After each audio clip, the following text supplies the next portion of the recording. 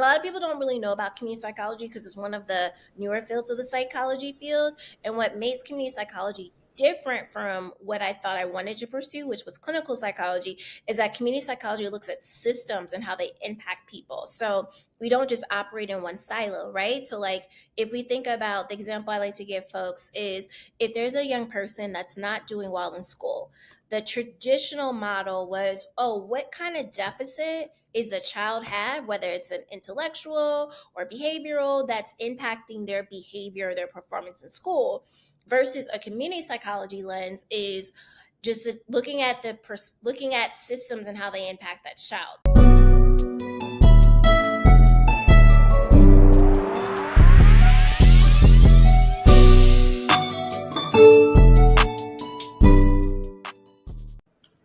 What's up, family? Welcome back to another episode of Why Y'all Working.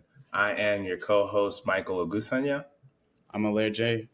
And we have an exciting episode here today. I'm sure you guys are wondering, like, when are y'all interviewing Obama? When's Joe Biden coming through? But we've been on an interview streak, interviewing a number of amazing guests. And this guest here is no short of amazing. Someone that really cares about the social impact and social entrepreneurship side with a clear, established track record of leading people and leading change. We have Erica Myers, CEO and founder of Fosterpreneur, director within the Venture for America space. Please say what's up to the family. Hi, everyone. It's great to be here. And thanks for that amazing introduction. I had a second, I'm like, oh, he's talking about me. So grateful to be here. For sure. Grateful to have you here. And we got to start with the first question, just going right off, is why do you work, Erica? Yeah, I work for a variety of reasons. Like, I feel fortunate because most of my career, my work has been very um, social impact focused. So, like, my work gives me a lot of purpose. And having worked in Baltimore, DC, Miami, and particularly working in youth development, it's a huge part of who I am, and just allows me to tap into my zone of genius and my strength zone.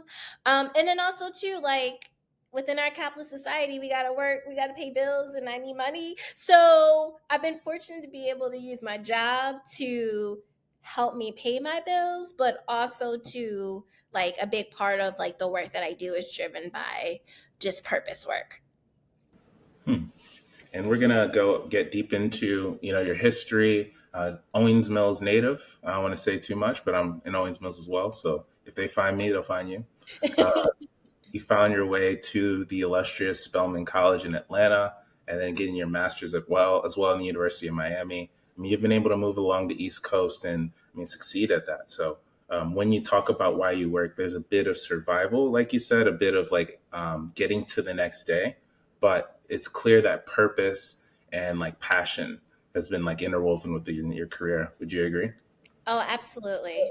Absolutely. I couldn't imagine doing the work that I do and not having passion and purpose behind it. Absolutely.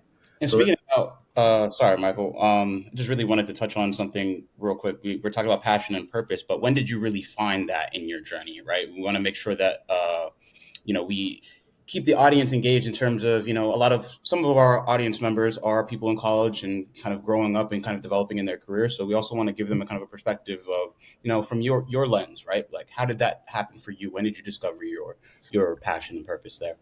Alairé, I'm so glad you asked me that because I feel really fortunate because I had an amazing support system. I think back to how my parents raised me, and part of my upbringing was being exposed to a lot of different things. So, like, I tried different sports. I was involved in the arts. Like, my mom was a huge proponent of allowing me to tap into the things that really that she could see I was really passionate about. So when I think about the purpose part of it, starting from age like middle school, like around 12, 13, I knew that I wanted to be a clinical child psychologist for a while. I knew I wanted to work with children, and I knew like psychology was fascinating to me. So even in the midst of like being 13 and not having a full grasp of what that meant, I knew that I was going to do work tied to that. So that led me to be a psychology major. I majored in psychology at Spelman. And I was able to dive into research, and just part of that was looking at community psychology, but also doing child development research as well. So just some of those experiences really helped get me to where I am today. And then fast forward, I worked at right after I graduated from college, and actually I just celebrated 15 years. It's crazy. It's been 15 years since I've graduated. I had a teaching fellowship at a charter school in DC. I work with third and fourth graders. And I really loved working with children. Classroom wasn't for me. And I knew that psychology was still a big part of what I was going to go back into. And did research on different graduate programs, particularly some masters, a few PhDs. And the University of Miami had a community and social change program, which was based in the foundations of community psychology. And a lot of people don't really know about community psychology because it's one of the newer fields of the psychology field. And what makes community psychology different from what I thought I wanted to pursue, which was clinical psychology, is that community psychology looks at systems and how they impact people. So we don't just operate in one silo, right? So like if we think about the example I like to give folks is if there's a young person that's not doing well in school, the traditional model was, oh, what kind of deficit is the child have, whether it's an intellectual or behavioral, that's impacting their behavior, their performance in school, versus a community psychology lens is just looking at systems and how they impact that child. So for example, does the child feel safe at school? Does it feel like within the classroom environment?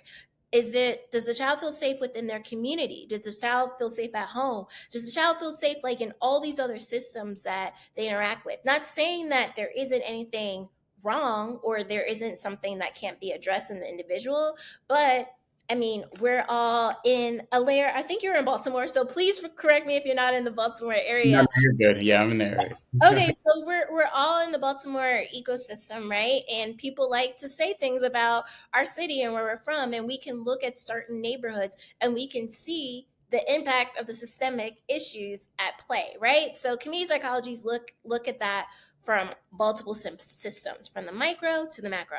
Fast forward, I was really curious about that, and that led me to apply for my master's degree in community psychology at University of Miami, and I wanted to live in Miami anyway, so it was a win-win for me. And that's what really was the catalyst for me to get involved in really like the purpose work, because in Miami, that's where I really found the work that was my purpose work, tied to Fosterpreneur, which I know we'll get to in a moment.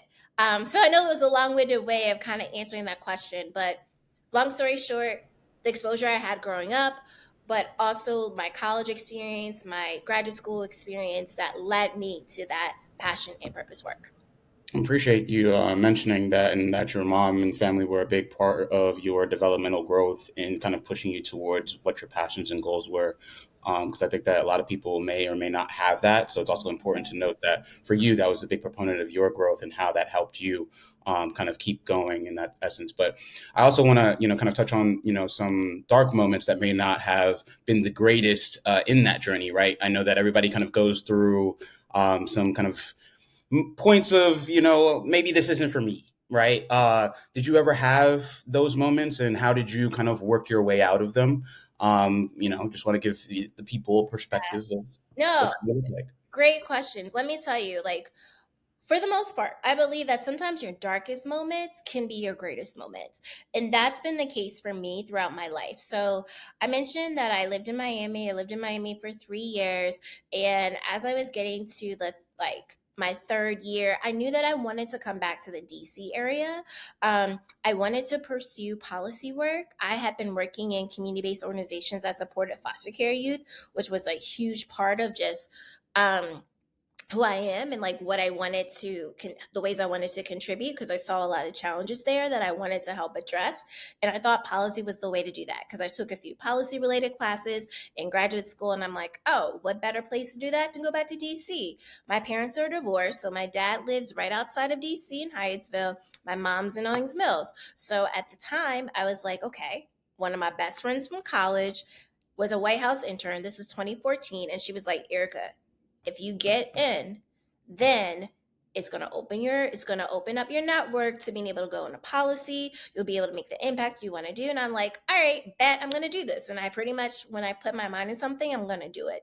So made the efforts to do it. got support on my personal statement, prepared for the interviews, and because I had someone who was already had gone through the process, I knew what to do. So I made it to the semifinalist round. And I had 3 interviews before I got to the semifinalist round. So I was really feeling myself. Like, I'm not even gonna lie, I was really feeling myself. I resigned from my job in Miami, already started finding a subletter. And then, actually, I think if I remember correctly, it may have been the day that I resigned from my job in Miami. I found out that I was on the waiting list. And I was like, how? How is this going to, like, oh, must be a mistake. This is not going to happen. But I'm like, oh, I made it this far. It's super competitive. It's all going to work out. Mom and dad, like, they'll be supportive. So I was operating as if it was going to happen. Then as it got close to like me moving home, I didn't tell my mom that I was on the waiting list. I'm like, oh, it's gonna work out. And then I get home and she's like, when are you gonna start? And I was like, oh, so what happened was I was on the waiting list. So she's like, you resigned from your job, gave up everything, and you even got no job? Like, you don't have a backup plan. Like, I didn't raise you like this. Fast forward, I got rejected. I had no plan B. I had very little savings, didn't have a network here at all. And I was like, man, I went through all these hoops. Like, how did this happen? Like, it was really devastating to me because I was telling everybody, like, I'm a White House intern, even when it didn't happen yet, because I was just operating on faith in that way. So when I ultimately got rejected, I was really crushed. And I had a really good conversation with my close friends. And I remember crying on the phone to her. I was like, I made this, did all of this. And then I was like, wait, what if I combine entrepreneurship and help foster care youth in this way? So I say that just to say, like, I had this plan in my head of what it was going to be like. Like, I was going to go the policy route, gave up everything, had no job, had no backup plan. Yes, I had family, so like I could stay here, but like I didn't have a job. I didn't have a way to support myself aside from living at home. And even in the midst of that embarrassment and me feeling like I had egg on my face and like doing all these things, if it weren't for that rejection, I don't think that would have led me to Fosterpreneur. So there was a really low moment at that time, but it really set me up for being even better aligned with the purpose work. No, okay. Definitely a strong point that you make, and I appreciate you sharing your journey and in that progress of like just being able to pivot at your worst moment, right? Like just thinking that shit hit the fan, you're like, oh damn, like I was a shoe in, right? That's what you were thinking. Like Yeah. there was no Yeah. way they could have picked me. And then you were on the waiting list and you were still like, man, I got this. I got Yeah. this. There's no way. Which is crazy to be honest. But No, like it was, but I was feeling myself. I was like, oh, nobody like I'm here. Like nobody's gonna mess with me. Oh, I'm telling you, like the naivete of youthness sometimes is it can really get the best of you, but it's also great at the same time. and Michael. Yeah, I got to share a story just like on that same energy. I'm sure, as you know, like Mindstand, the company I co-founded, we're able to go through the Techstars Equitech program, but it was not that simple, I will say. Um, as soon as Equitech Tuesday started becoming a thing, we were there. Like when no one was there, we were there. When it was 4 people were there, we were there. Or I say we, it was me. I was still finding my way to make my way all the way out to, was it Omo Cocina originally? And Oh yeah, you said Alma Casino. Yes, yeah, yes, yeah. we got into another accelerator, definitely a local one. I mean, another one that's almost like a competitor, where you're getting 150K, you're competing. We chose not to go into that program. And we got in, but we're like, yo, like you said, the idea of success, the idea of being in a place that sounds the right opportunity for you just can like outweigh any other decision. So we're like, nope, we're not going to take it. We actually sent them like a long paragraph about why we thought their investment thesis or how they invested wasn't right. Boy, I hope I didn't burn that bridge. Time will tell. Um, I moved. We were like, our lease was up in our like house we were staying in together, the 4 of us. And I moved to downtown Baltimore, 6 minutes from St. Paul Street. So that's the office, Hmm. or at least that area near Station North. We still haven't gotten in yet. I'm going to all the Equitechs. It's a lot easier for me now. And we apply for the program. I'm nudging people, hint, hint, and they tell us we didn't get in. I like picked everything up. I moved 6 minutes away from a program that I was no longer going to be in. Boy, I was pissed. But by utilizing, it's getting me heated just thinking about it, man. It definitely be like that sometimes, Michael. I understand the feeling. It's like, how dare you? What? Do you see what I've done? It wasn't until we reached out to like other accelerators that we were in, utilizing kind of like you said, that community aspect of a program that was its first time being based in Baltimore, we were able to at least put a feeler out for them to understand that, hey, this company is, kind of the company that you're thinking of when you think of the Equisec mission, when you think of landing strong in Baltimore. Um, they ended up at the time, the managing director, and coming to my apartment. They like call me or text me. I don't even know. Maybe I put my phone number in the application, but they text me saying, "Hey, do you want to meet up?" I'd let them know. Come to my apartment. They come there. We sit in the lobby, and they say, "Hey, we think that you guys can be a big part of this." We go through like the stages, the interviews, and we get in like a month later. So, boy, I was so annoyed because the apartment, it was cool, but I mean, hey, I could have went somewhere else. But opportunity, like you said, can be the driving force behind making some sometimes reckless decisions.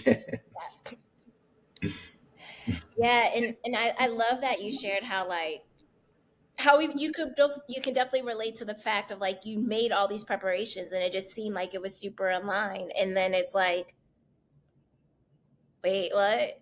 But it positioned you to be where you needed to be, like that hindsight is 2020, but when you're going through it at the time, it does not feel good.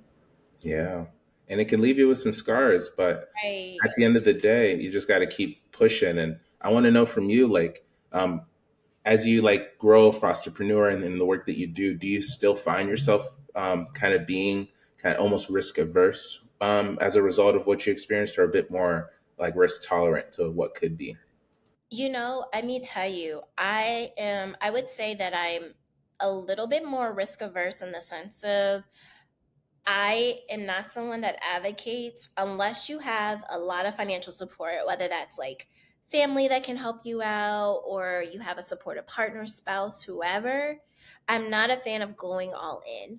Um, and when I say going all in, like if you don't have a system, a really clear system in place, and then going all in on your business.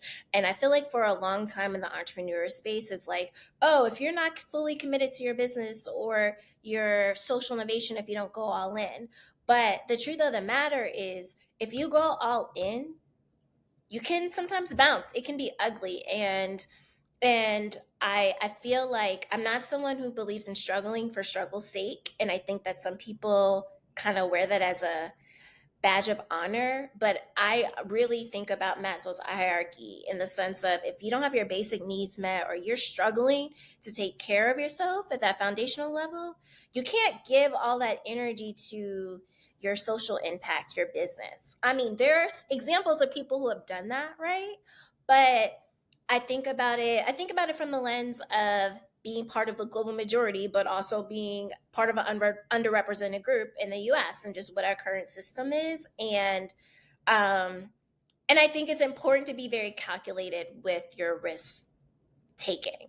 Not to dismiss anybody who's gone all in and it's worked out really well, but for myself, I'm glad my story is my story. But if I had a little bit more insight, I would have made sure that I was proactive with like a part-time opportunity and other things going into it instead of just being like, oh, it's all gonna work out because debt collectors don't take like stop stories like that. You know what I mean? Like you still have to be able to take care of yourself. But I am someone who believes in taking those calculated risks. So like whether it's applying to a program and it looks like you may not fit all the credentials, still do that, not waiting to like everything's perfect. So I am different in that way, but not the whole let's take the net and hope like let's leap and hope the net appears and then I'm stressed because of financial challenge. I don't like that feeling. I mean, it's clear like you come off well learned, you come off well experienced and wise. Were there books that, or like knowledge sources, mentorship groups that you utilized, or has it been like this tale of trial and error? Um Definitely, I'm a huge fan of personal development. So part of that has been reading leadership books, like John Maxwell is someone that I'm a huge fan of. I've listened, so I have like a podcast rotation right now. So I'm a huge fan of How I Built This. So I listen to Guy Russ's podcast. I also am a fan of the Jordan Harbinger show, just to be more well-rounded about just different global issues.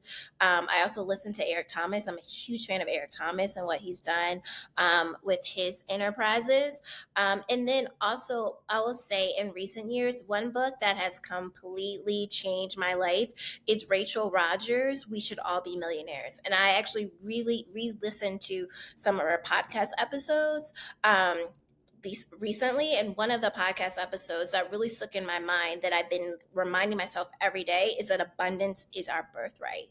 So the reason why I bring up Rachel Rogers is because I never, in like the personal development space, the entrepreneur space, felt like I found somebody who spoke to me in the ways that like made sense to me as just a Black woman in the US who's just working on building, like in the fact of like we need money in order to like, it's not bad wanting to be wealthy. It's not bad any of these things. And I feel like for myself, being raised in African Methodist Episcopal Church and like going to church every Sunday, there was this constant message of like, if you attain wealth of a certain status, that meant that you were immoral or you did anything wrong.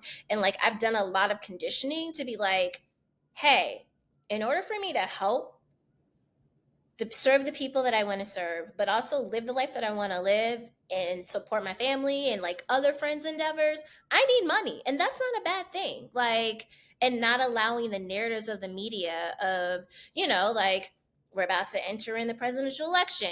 People have ideas about Donald Trump and other things, right? Like, not allowing what we see or like limited ideas of what wealth looks like or what you're supposed to act like, when there are plethora examples of wealthy individuals who are generous, who are kind, who are living fulfilling lives and giving back in meaningful ways. So like Rachel Rogers like articulated things that I was like, I feel like this exists. And like I'm like a huge fangirl of her work because it's really comforting to have somebody where it's like, okay, not only do you have a 7-figure business, but you speak to the historical lens of why we need to do this, but also acknowledging the social stuff, but how love making money and like doing good with it. Like that's what I aspire to be.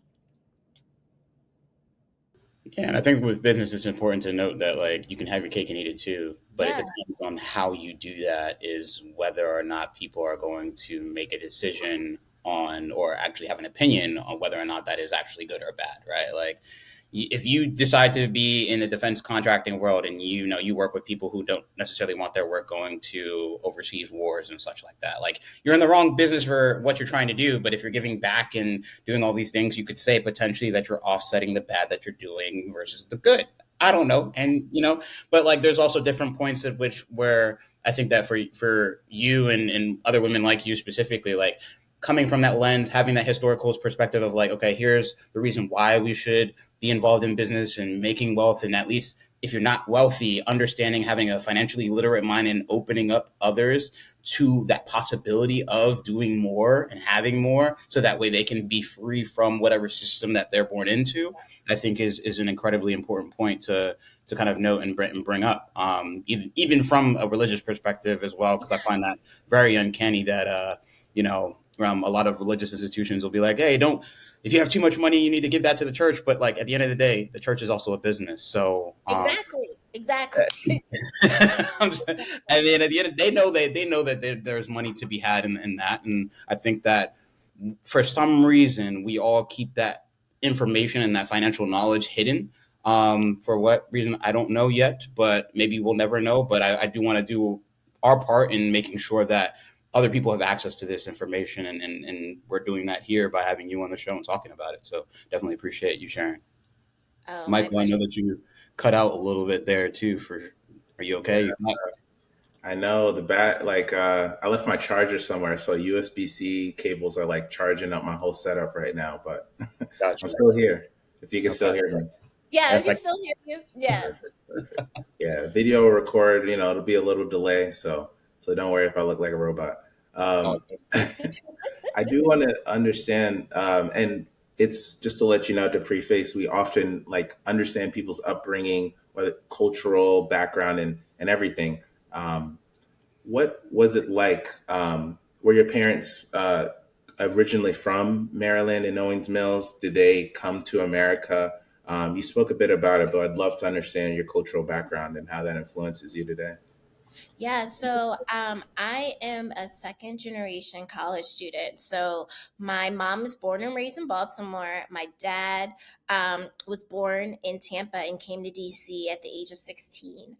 Um, and when it comes to my family history, like my great grandmother was from the Bahamas, and I am on my mom's side proud descendant of enslaved Africans. And one of the things that I really am grateful for is like my parents are boomers, and they remember going into stores where my mom remembers coming to downtown Baltimore and not being able to try on shoes and clothes, right? Like, and I don't view my mom as old, but like I have that, like I have some of those stories. And one of the things that I really commend with my dad is a pharmacist, and he was one of 11, and all of his siblings are all really successful. Like they all pretty much left Tampa and like created their own legacies in different cities and such. And one of the things I keep in mind, particularly, like my dad is super resilient. He failed the pharmacy test like 5 times, but like didn't give up each time. It was like, I know that I want better for myself than like the poverty I was born into in Tampa, and I'm going to do this. So when I think about like sometimes when I've been close to giving up on certain things, I'm like, my dad failed a major exam 5 times before getting his his license to practice pharmacy. So, like, that's something that I keep in the back of my mind a lot. And then, even my mom was the first in her family that attended college.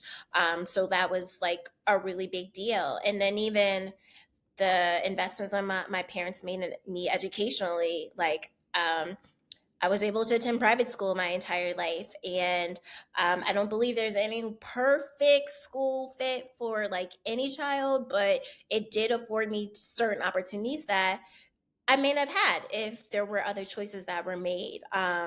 So when I think about who I am and just the sacrifices and the things that my parents went through that and life experiences they had that I didn't even have to think about having, like I feel really blessed to have had a very great childhood.